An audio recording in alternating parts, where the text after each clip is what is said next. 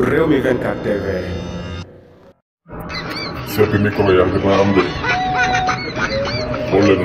Diomaye xool leen président Diomaye ak micro TFM bi génne ko ne ko coppet teg ko fële waaw gis ngeen Ousmane Sonko ak micro RTS bi moom tamit RTS yàgg naa di ko topp di forcer fu ñuy jëm Ousmane Sonko jox leen seen toroxal mais terewul ñu war a seen ak ñàkk jóg saa su ne dinañ dugal seen micro dinañ buuxante ba dugg dinañ taataan ay xibaar ci Ousmane Sonko gis ngeen tey jii mu mel ne kon RTS boobu doon xeex Diomaye di xeex ki nga xamante ne moom mooy président Ousmane Sonko tey jii mu mel ne ci seen ndogal la ñuy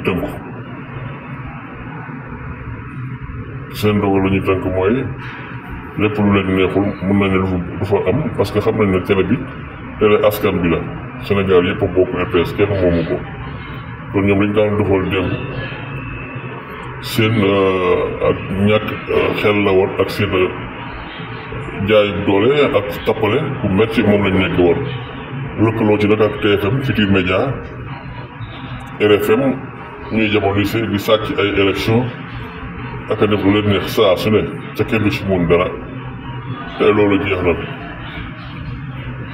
na tàkk ci réew mi fi mu toll nii jubal dëggal leeral rek la ñuy wax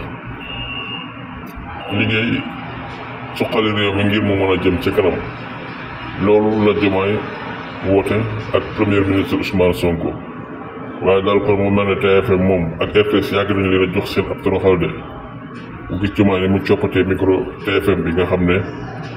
dëgg rek mooy dëgg